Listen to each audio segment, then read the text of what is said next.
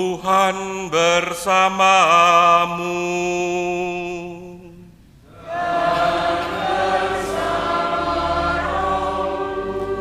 Inilah Injil suci menurut Santo Matius.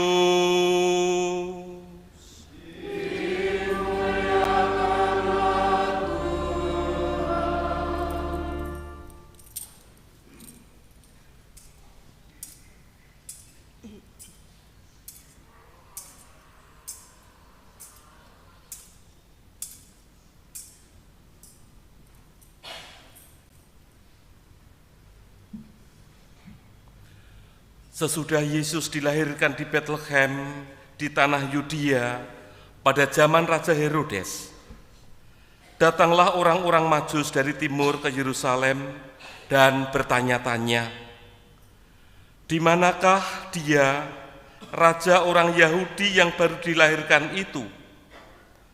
Kami telah melihat bintangnya di timur dan kami datang untuk menyembah dia." Ketika Raja Herodes mendengar hal itu, terkejutlah ia beserta seluruh Yerusalem.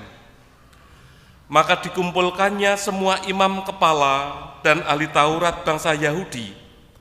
Lalu dimintanya keterangan dari mereka di mana Mesias akan dilahirkan.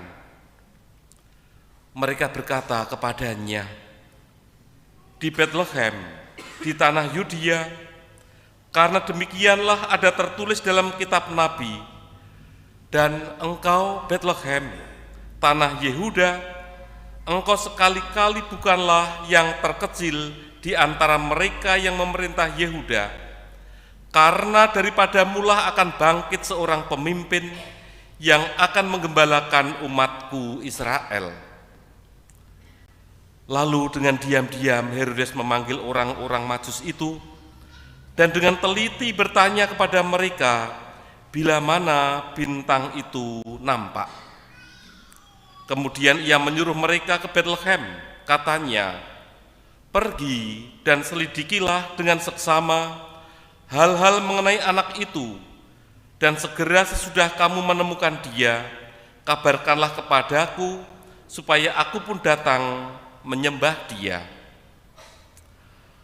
Setelah mendengar kata-kata raja itu, berangkatlah mereka.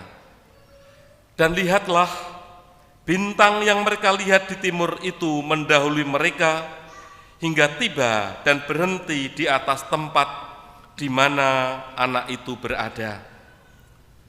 Ketika mereka melihat bintang itu, sangat bersukacitalah mereka. Maka masuklah mereka ke dalam rumah itu dan melihat anak itu bersama Maria ibunya, lalu sujud menyembah dia. Mereka pun membuka tempat harta bendanya dan mempersembahkan persembahan kepadanya, yaitu emas, kemenyan, dan mur. Dan karena diperingatkan dalam mimpi supaya jangan kembali kepada Herodes, maka pulanglah mereka ke negerinya melalui jalan lain. Demikianlah sabda Tuhan.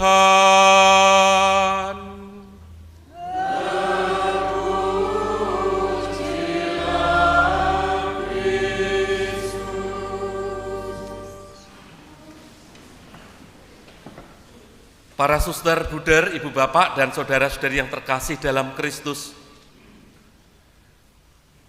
di akhir tahun 2023 kemarin, Bapak Uskup kita, Monsinyur Robertus Rubiatmoko, mengeluarkan surat sapaan akhir tahun kepada seluruh umat yang ada di keuskupan yang kita cintai ini. Dalam sapaan akhir tahun itu, Bapak Uskup mencanangkan bahwa tahun 2024 adalah tahun katekese. Tahun katekese. Tentu ini erat kaitannya dengan tema yang diangkat di tahun 2024, yakni tahun formasio iman berjenjang dan berkelanjutan. Paroki-paroki, sekolah, komunitas-komunitas, lingkungan wilayah diajak untuk memperhatikan, diajak untuk peduli kepada kelompok-kelompok kategorial yang disebut dengan usia dini, itu 0 sampai 5 tahun. Diajak untuk peduli pada pia, usia anak umur 6 sampai 10 tahun.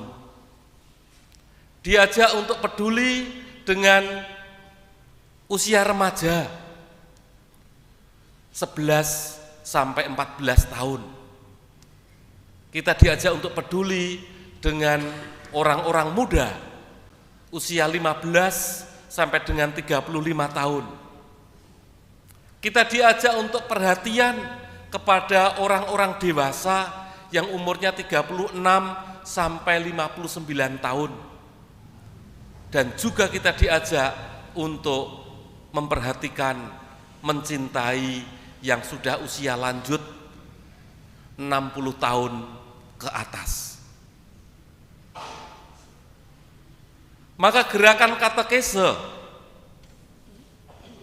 yang dicanangkan oleh Bapak Uskup Agung Semarang di tahun 2024 bisa kita ringkas dalam bacaan Injil hari ini, bahwa kita semua diajak untuk menjadi bintang yang menghantar orang untuk berjumpa dengan Tuhan. Kita diajak untuk menjadi bintang-bintang yang menghantar orang berjumpa dengan Tuhan. Orang tua diajak untuk menjadi bintang, untuk menghantar putra-putrinya untuk berjumpa dengan Tuhan. Bisa jadi Tuhan itu sudah hilang karena mungkin anak-anak kita disibukkan dengan alat-alat komunikasi yang begitu canggih, sehingga mereka sibuk dengan alat-alat komunikasi itu. Tuhan menjadi hilang. Kehadiran Tuhan sudah digantikan oleh alat-alat komunikasi itu. Bisa jadi sekarang ini anak-anak tidak lagi bertanya kepada orang tuanya soal pelajaran, soal macam-macam, karena anak-anak kita sudah bisa bertanya kepada Mbah Google, dan di situ ada jawabannya. Lalu akhirnya anak-anak mengabaikan apa yang dinasihatkan oleh orang tuanya. Kita semua diajak untuk menjadi bintang-bintang yang menghantar orang untuk berjumpa dengan Tuhan, seperti 3 orang Majus yang berjumpa dengan Yesus. Mereka ini dibimbing oleh bintang dan berjumpa dengan Tuhan dan Maria di Bethlehem. 3 orang Majus ini melambangkan apa? Ini adalah simbol yang mau mengatakan kepada kita semua bahwa keselamatan, penebusan Kristus bukan semata-mata hanya untuk golongan ataupun kelompok tertentu, tetapi penebusan dan keselamatan Kristus ditujukan untuk semua manusia. Maka di dalam hidup kita ini pun kita juga diajak untuk menjadi bintang-bintang itu, menghantar semakin banyak orang bertemu, berjumpa dengan Tuhan. Caranya bagaimana? Ini akan menjadi pertanyaan bagi kita. Caranya seperti apa? Kalau keluarga hidupnya itu penuh dengan ketentraman, penuh dengan kedamaian, berarti keluarga itu telah menjadi bintang bagi tetangganya. Bapak Ibu pulang dari gereja dalam suasana penuh kegembiraan, rukun. Bapak Ibu telah menjadi bintang untuk masyarakat yang ada di sekitarnya. Orang Katolik kalau pulang dari gereja nampak ceria, senyum sana sini. Jadi ketika kita memberikan senyum kepada orang yang ada, yang kita jumpai, sebetulnya kita telah menjadi bintang untuk menampakkan wajah Tuhan kepada orang-orang yang kita jumpai. Gampang toh? Gampang kan?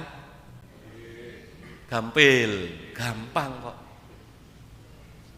Angel sing nindake mbok menawa.